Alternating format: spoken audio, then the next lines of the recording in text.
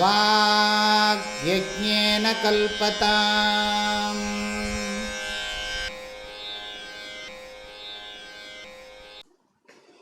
Sadgurunath Maharaj key. Dattatreya பகவான் key Jai. Hara நம பார்வதி பதயே. ஹர ஹர மகாதேவ. வரமகாலக்ஷ்மி தேவி key. சுருக்கமாக அயோத்தியா படலத்தை பற்றி சொல்லுகிறேன், நாளைக்கு கொஞ்சம் பார்க்கலாம். அந்த அயோத்தியை பற்றி கம்பர் நன்றாகவே வர்ணிக்கிறார். வால்மீகியோடு ஒப்பிட்டு பார்க்கிற போது கம்பருடைய ஒரு அந்த அந்த மனசில் கம்பர் அதை நினச்சி அதை சொல்கிற விதம் இருக்கே, அதை நம்மளால் வார்த்தைகளால் விளக்கி சொல்லிவிட முடியாது. நேற்றைக்கு பார்த்தோம், அறிஞர்களெல்லாம் புகழக்கூடியது. அறிஞர்கள் எல்லா உயர்ந்த சொற்களால் புகழக்கூடிய நகரம் அயோத்தி மாநகரம். மோட்சத்தில் இருக்கிறவர்கள்லாம் கூட இந்த அயோத்தியில் பிறந்து வாழணும்னு ஆசைப்படுற ஒரு நகரம் அப்படின்னு சொன்னார். அப்புறம் இந்த ஒரு அழகான பாடல் சொல்கிறார். நிலமகள் முகமோ திலகமோ கண்ணோ நிறைநெடு மங்கள நாணோ இலகு பூண் முலைமேல் ஆரமோ உயிரின் இருக்கையோ திருமகட்கு இனிய மலர்களோ மாயோன் மார்பில் தன் மணிகள் வைத்த பொற்பட்டியோ மலரோன் உலகின் மேல் உலகோ ஊழியின் இறுதி உரையுளோ யாது என உரைப்பாம். நான் என்னன்னு சொல்கிறதுங்கிறார். அதாவது அந்த அயோத்தி நகரம் பூமாதேவியினுடைய முகமா, அல்லது அந்த திருமுகத்தில் விளங்குகிற பொட்டா, அதாவது திலகமா, அந்த திலகத்தின் கீழே விளங்கும் கண்ணா? ஆக பூமாதேவியினுடைய முகமா, திலகமா, அந்த திலகத்துக்கு கீழே இருக்கிற கண்ணுன்னு சொல்கிறதா? அல்லது அவள் அணிந்திருக்கிற பெருமை நிறைந்த நீண்ட மங்கள அணியாகிய தாலியா? ஆக அந்த பூமாதேவியினுடைய அந்த திருமாங்கல்யம் போல இருக்கும் அயோத்தி நகரம். அவளுடைய முகம் போலவும் திலகம் போலவும் அவளுடைய அந்த பூமாதேவியினுடைய நிலமகள் ஸ்ரீதேவி பூதேவின்னு தானே சொல்கிறோம். ஆக மண் பொன் இந்த இரண்டும் விஷ்ணுவினுடைய இரண்டு பகுதிகளில் இருக்கிறதாக பாவித்து நம்ம பூஜை பண்ணுறோம். ஆக அவளுடைய மகாலட்சுமி பூதேவியினுடைய லக்ஷ்மி, அல்லது அவளுடைய மார்பில் இருக்கிற விசேஷமான மாலையா, ஹாரமா, அல்லது அந்த பூமாதேவியினுடைய ஜீவனே அங்கே தான் இருக்கோ என்னவோ, உயிரோ, அதாவது உயிரின் இருக்கையோ, அவளுடைய உயிர். ஆஹா, அந்த பூமாதேவியினுடைய பூலக்ஷ்மி, அந்த பூதேவியினுடைய ஜீவனே அங்கே தான் இருக்குது அயோத்தியில். அப்புறம் என்னது? திருமாலின் மார்பில் தன் மலர்களோ திருமகட்கு இனிய மலர்களோ, அல்லது மகாலட்சுமியினுடைய தாமரையா? இப்போ தான் மகாலட்சுமியை கொண்டு வரார். முதல்ல பூமாதேவியை பற்றி சொன்னார். பூமாதேவியோட ஜீவனே அயோத்தி தான்னார். அப்புறம் இப்போ அடுத்ததாக என்ன சொல்லுகிறார்னா, மகாலட்சுமி இருக்கிற தாமரை புஷ்பந்தான் அந்த அயோத்தி மாநகரம்.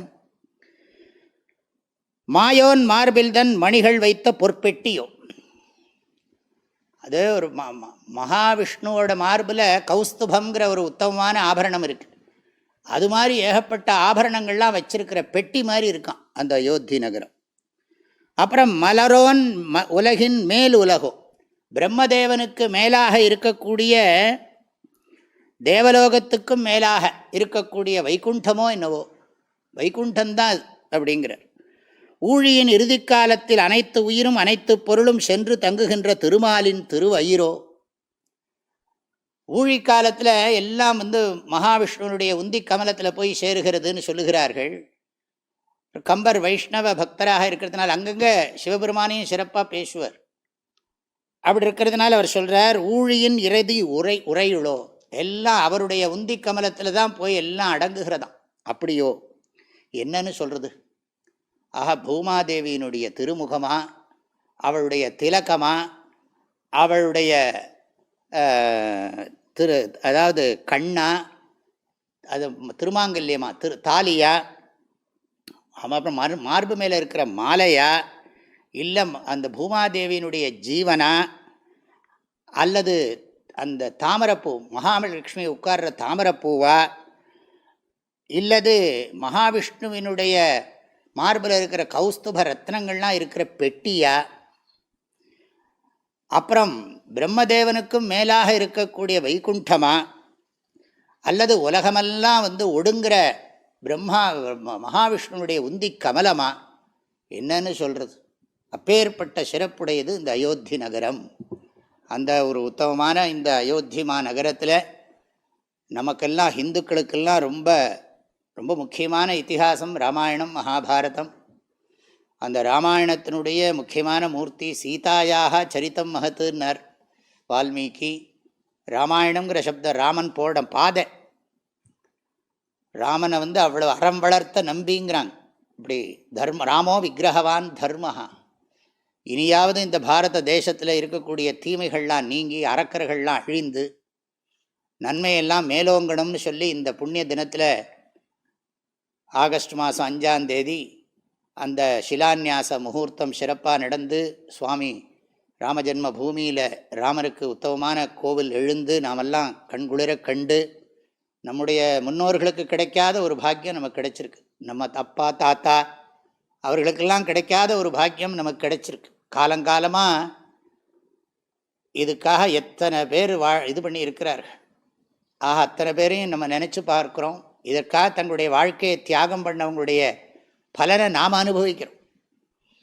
இனி வருங்கால தலைமுறை இதை நன்றாக பாதுகாத்து இந்த பாரத தேசம் உலகத்துக்கே ஒரு நல்ல வழிகாட்டியாக சடனாக எல்லாம் மாறி இருக்கு பாருங்க. நம்ம யாரெல்லாம் கொஞ்சம் வருஷத்துக்கு முன்னாடி தெரியாது. ஒரு 2014 வருஷத்துக்கு 15 13 சமயத்தில் நமக்கு இந்த பாரத தேசம் எப்படி இருக்க போகுதுன்னு யாருக்கும் தெரியாது. இப்போ தேசம் ஒரு எத்தனையோ விதமான சிரமங்கள் இருந்தாலும் நம்ம பெரியோர்கள் செய்த புண்ணியம் தபஸு இந்த பூமிக்கு அவ்வளோ ஒரு மகிமை இருக்குது. நாதத்திலே பரமோனத்திலே அன்னதானத்திலே கானத்திலே உயர்ந்த நாடு, பாருக்குள்ளே நல்ல நாடு எங்கள் பாரத நாடு. இந்த அயோத்திமா நகரத்தில் சிறப்பாக எல்லாம் நடக்கணும்னு சொல்லி நாம் எல்லாரும் சேர்ந்து பிரார்த்தனை பண்ணுவோம். எல்லாரும் அன்னைக்கு சாயங்காலம் விளக்கெல்லாம் வச்சு வழிபடணும் அப்படின்னு எல்லோரும் கேட்டுக்கொண்டிருக்கிறார்கள் பெரியோர்கள்லாம். அன்றைக்கு சாயங்காலம் அனைவரும் ஹிந்துக்கள் எல்லார் வீட்லேயும் விளக்குகள்லாம் வச்சு ராமச்சந்திரமூர்த்தியை பிரார்த்தனை பண்ணுவோம். ராமராஜ்யம் சிறப்பாக நடக்கட்டும், வருங்கால தலைமுறை ரொம்ப சந்தோஷமாக இருக்கட்டும். கிருத்தயுகம் மீண்டு வந்து விட்டது. திரேதாயுகத்துக்கு முன்னாலேயே அப்படி வந்ததாக சுவாமி சித்பவானந்தர் சொல்லுவார். மனநிலை தான் யுகம்பர். நீ உயர்ந்த மனநிலையில் இருந்தியானா, நீ தெய்வ நிலையில் இருந்தியானா நீ கிருத்தயுகத்தில் இருக்க. மனநிலையை பொறுத்து தான் யுகங்கள் அப்படின்னு சொல்லுவார். அப்படிப்பட்ட ஒரு நல்ல யுகம் அமையறதுக்கு பிரார்த்தனை பண்ணுவோம். இன்றைக்கி மகாலட்சுமியினுடைய மகாலட்சுமியை பூஜை பண்ணுற நாள். இன்றைக்கி எல்லாருக்கும் சமஸ்த லக்ஷ்மி கட்டாட்சம். எல்லாருக்கும் தைரியலக்ஷ்மி முதல்ல வேணும். ஊக்கம், தைரியலக்ஷ்மி, உற்சாகலக்ஷ்மி இருக்கணும். மற்றதெல்லாம் தானாக வரும். நம்ம எல்லாரும் நல்லபடியாக இருந்தால் ஒன்றும் குறைவு வைக்க மாட்டாள் அம்பாள். செல்வத் திருமகளை திடம் கொண்டு சிந்தனை செய்திடுவோம், செல்வமெல்லாம் தருவாள் நமதொழி திக்கனைத்தும் பரவும்னார் பாரதியார்.